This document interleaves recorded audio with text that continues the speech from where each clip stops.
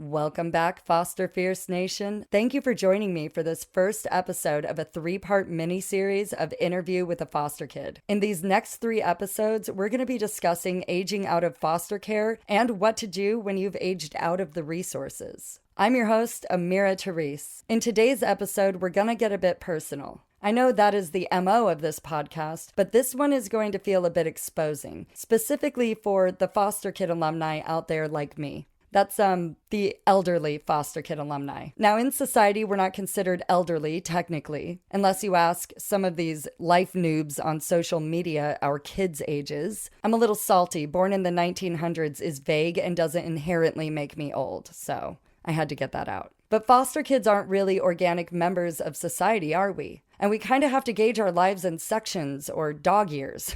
As an older adult, I started realizing how little of the fundamental building blocks I actually had to become successful. Not the least of these were examples of self-care, family support and encouragement, financial education, any direction at all. When I turned 18 and aged out of foster care, I was given good wishes, a social security check. I was put on the independent living program, which gave me a monthly expenses check, an accountability coach I could voluntarily check in with, and help to pay my rent in college. Then I was given a printed list of resources for social services, 2 trash bags of my clothing, and a boot out the door. So here I was, having just escaped a circus lacking in accountability, and led by people I did not trust or respect, people and things I wanted to forget as I created a new life. And now I was expected to voluntarily check in with them after gaining my freedom? Not a chance. And I wanted to be responsible, as far as I knew about the word from reading the definition in the dictionary. On top of that, I was out here feeling all of this newfound freedom, but was completely lost. I had no support system, no direction, and no idea who I truly was when I was allowed to just be me. Just me being whoever the hell this redhead in the mirror was. I had an apartment the state helped me find, but I didn't know how to set it up or make it feel like a home. Plus, I completely lacked the mental energy or forethought to plan for its upkeep once the state stopped subsidizing it a year later. My point is that most of the resources for foster kids are for those of us who have aged out and got our shit together before 24 years old. And hey, if you were able to wrap your head around the suddenly very small bubble you lived in popping and leaving you naked and exposed in a very large world that you have only previously experienced the bad things in, and then you were able to utilize those resources, that list, within the age limit cutoff, more power to you. I am incredibly proud of you. But for those of us who started experiencing the stages of our childhood and adolescence the day we turned 18 and were able to look at the world through our own untethered and bewildered eyes for the first time, for those of us who are being released from our arrested development cells a bit too late for the resources for success publicly available out there, this episode in the series is for you. What people don't get is that we didn't get to be kids and mess up trial and error style. When we were kids, we were usually parents to our parents, to our other siblings, to ourselves. And trial meant the potential of a fatal error. Our behaviors weren't treated as cute or a phase or part of growth. Our behavior was looked at much like how the other families in the show must have looked at the Addams family. No matter what we did, it was considered monstrously dangerous and required a warning label to protect the innocent muggles. I may have just mashed up 2 shows there, but I think it works. Instead of being encouraged when we had a profound thought, we lived by those labels that were meant to act as a warning for new families taking us in and as a constant reminder to us of what people saw and why we were broken. Our whole lives were about surviving, apologizing, being accepted, not making waves, fitting in, keeping up the energy to live our exhausting lives, but not having so much energy that we get the attention of doctors, and pushing our feelings down to a deep place in our psyche, because honesty is not always the best policy for a foster kid. Then we get thrown into a dog-eat-dog society that expects us to be bold and fierce go-getters, confident, competitive, ready to start life and grab it by the whatever. And we literally have to unlearn everything we learned to survive our childhoods in order to deal with and succeed in society. And most of us end up in jail for a short while due to the fact that we are completely untrained but fully accountable human adults. Check the stats. It takes a minute for some of us. Honestly, we've already lived an entire adult life or or 3 by the time we've aged out of foster care. And we're exhausted. We need a minute. We need to be given a little bit of grace and give some to ourselves for mistakes that we make and choices that we choose along the way. There is no designated time frame in getting over or figuring out how to process and successfully apply our past to the rest of our lives. And if there were a time frame, I think we're doing pretty exceptionally, being that we have to cram it all into our first adult years. Everybody makes mistakes growing up, and recovery from mistakes can take time. We just make them all in such a compressed amount of time and with a spotlight already on our lives. People already expect our traumas to disrupt any chance we have in the future. They're watching us like groomed criminals whose likelihood of failure outweighs any entitlement to respect. But everybody has a party story that went too far. Everybody has a situation or several in their lives that they have learned a lot from and would not do again. Everybody has wanted to cuss out an inconveniently vigilant cop. Everybody has secrets they keep from even the closest people in their family so that society deems them in a higher light than they feel their secrets would allow. Most marriages that I've witnessed are not their social media story. Most people are not practicing what they preach, if I may be so cliche. And to take this full circle, everybody makes mistakes. And absolutely everybody poops.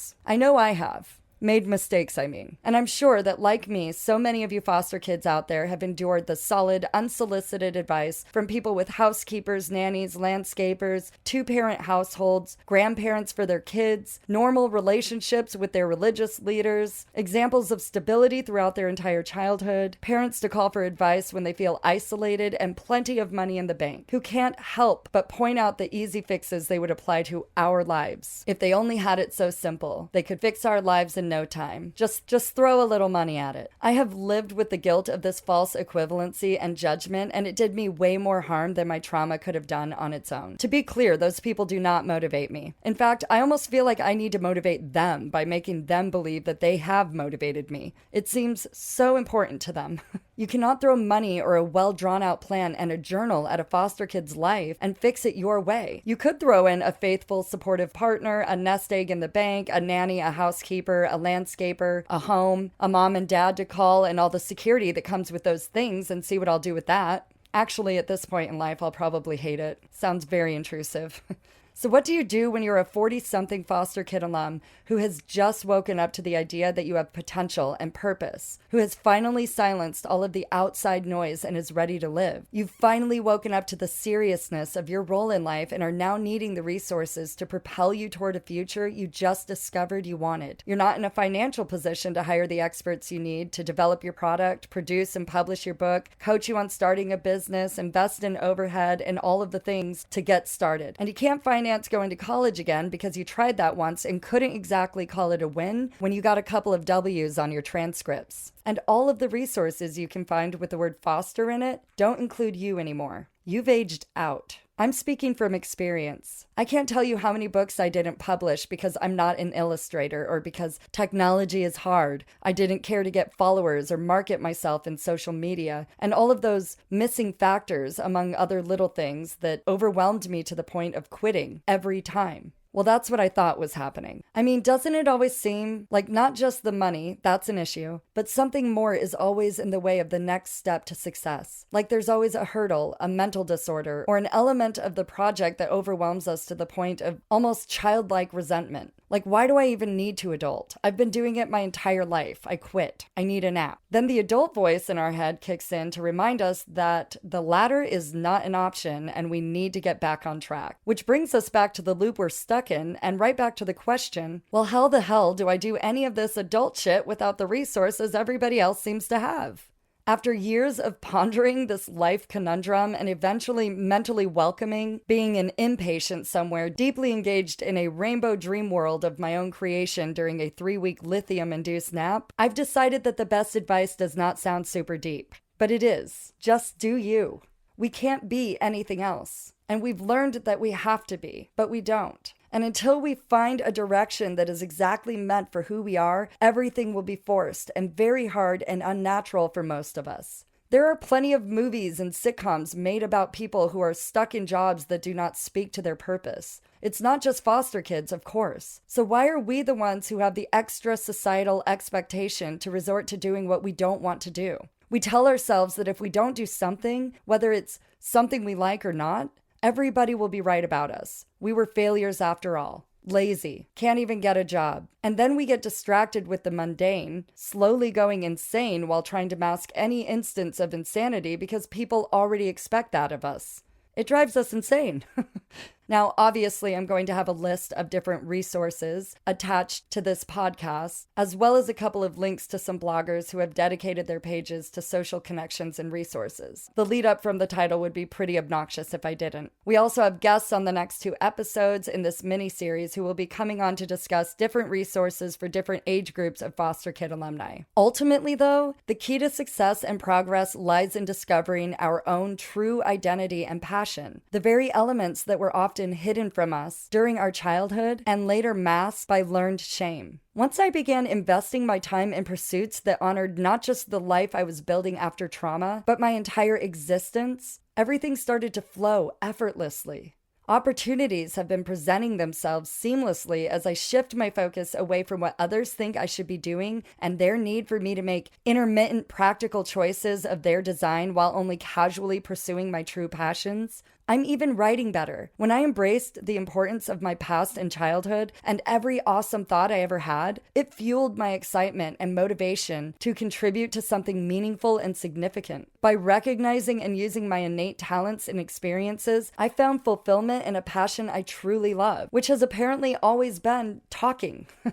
And as I began to see myself as part of something important, I realized I wielded authority on a crucial topic: survival. And I am an authority. So what are you an authority on? It's anything, everything. Everything in existence can be covered and turned into something useful and necessary. Unlearn that what you want to do is silly or unhealthy or whatever you've been told.